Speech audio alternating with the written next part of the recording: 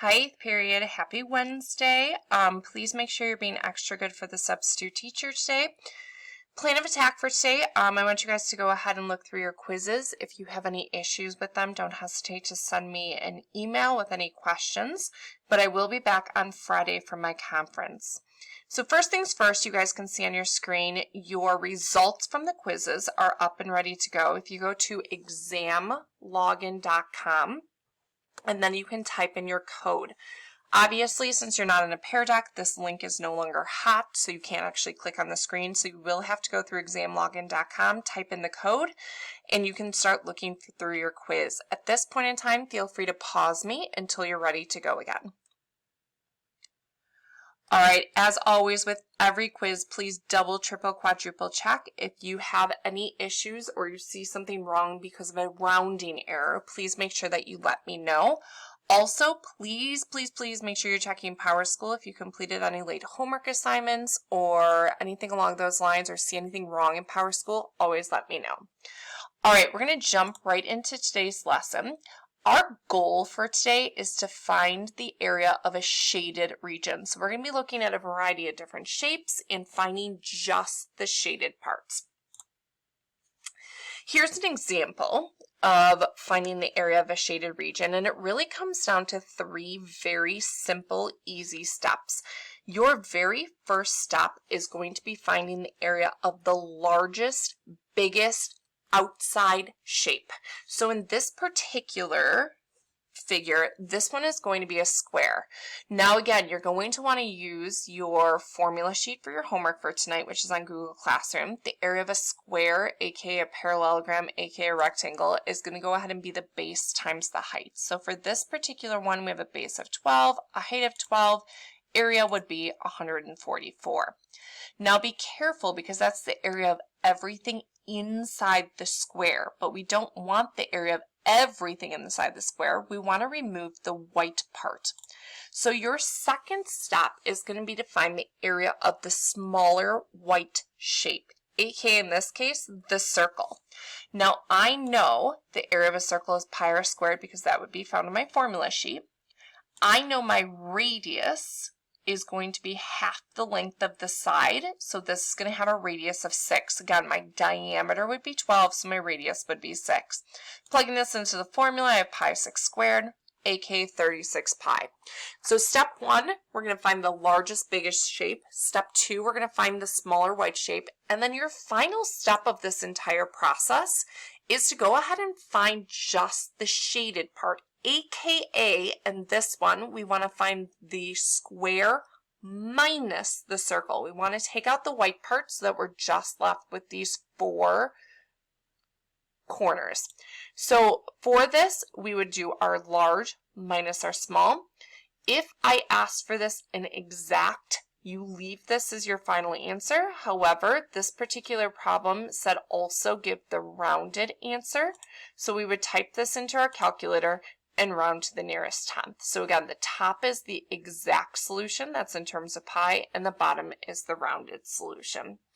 For the remainder of today, we're going to go through 3 more of these problems. What I would like you to do is to go ahead and do this problem on your worksheet. Pause me until you are completely done with this, and then I'll talk you through the answer. So go ahead and pause me now.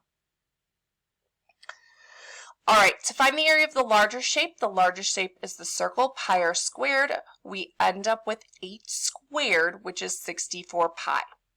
The area of the smaller inside shape is actually going to be our hexagon. You guys rock this on your quiz. This ends up being a 30, 60, 90 triangle. If you need your formulas, again, remember hypotenuse equals short times 2, long equals short times root 3. We know our formula is 1/2 the apothem times the perimeter. Apothem we found using our formulas. Perimeter we have 8, 8, 8, 8, 8, aka 8 times 6, which is 48. Last but not least, after we found the area of the large and the area of the small, then we can go ahead and subtract those from each other. So we should end up with our circle minus our hexagon. The top answer here is the exact answer. The bottom is rounded to the 10th place. All right, go ahead and again, once you're ready, pause me and work through this. When you're ready, unpause me. All right, for this particular example, we need to find the area of the largest shape first. Again, the outside shape is this square. And some of you are like, well, Ms. Chairman, how did you know for sure that this was going to go ahead and be a square? If the radius of this circle is 5, the radius of this circle is always 5. Therefore, this has a length of 5, and this has a length of 5, and that's how I know the height is also going to be 10. Hence why this is definitely going to go ahead and be a square. All right, continuing onward here, I also know that this circle, well, technically these are 2 half circles, but when we put the 2 half circles together, we end up with 1 whole circle.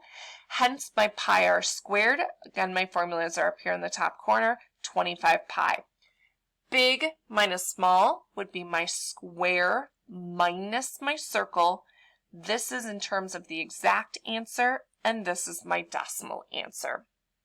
All right.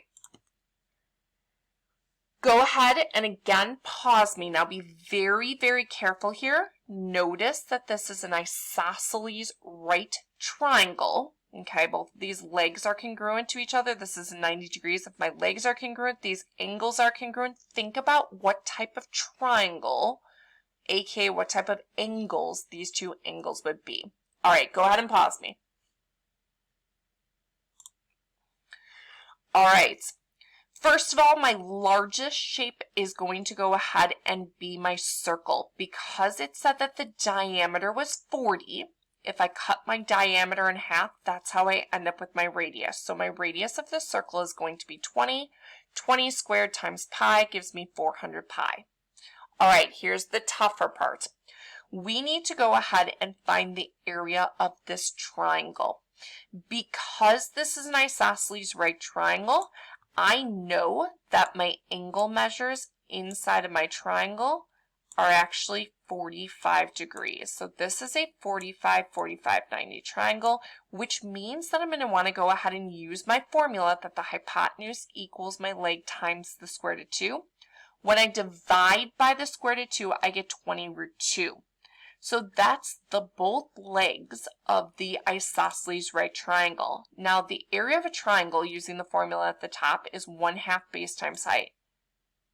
My base and my height have to be perpendicular to each other.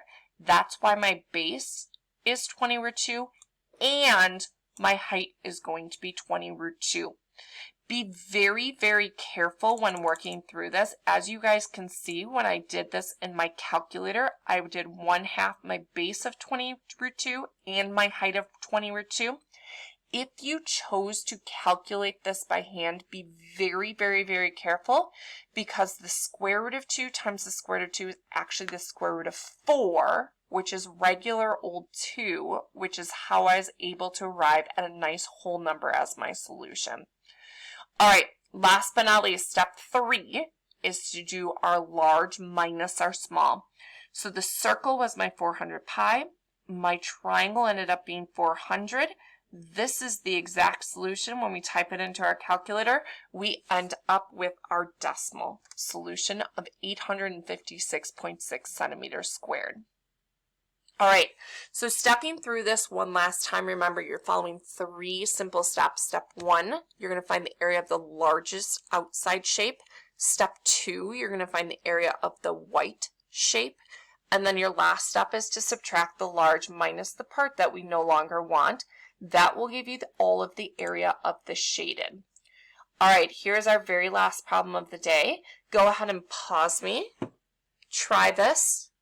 And then when you're ready, you can unpause. All right, for this particular problem, there's kind of a lot going on here.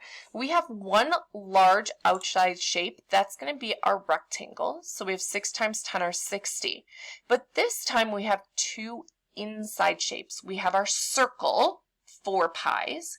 We have our trapezoid, which by the way, our height of our trapezoid is 4. The first base is 4 and the second base is 2, which is 12. Be very, very, very, very careful when plugging this into your calculator because we want to take our 60, we want to subtract both our circle and subtract our trapezoid. So this would actually end up being 48 minus 4 pi. So your exact answer is 48 minus 4 pi, which I don't have written on here, and then your decimal answer is 35.4. So just be very careful. Again, find your large, subtract anything that's white on the inside, and that will leave you left over with your shaded region. All right, last but not least, you have a worksheet. Please, when you are done, raise your hand and the sub will walk over and hand you your worksheet for tonight. The solutions are already up on Google Classroom. Again, if you have any questions or anything about your quiz, don't hesitate to send me an email. Thanks for being great today, you guys. I will see you on Friday.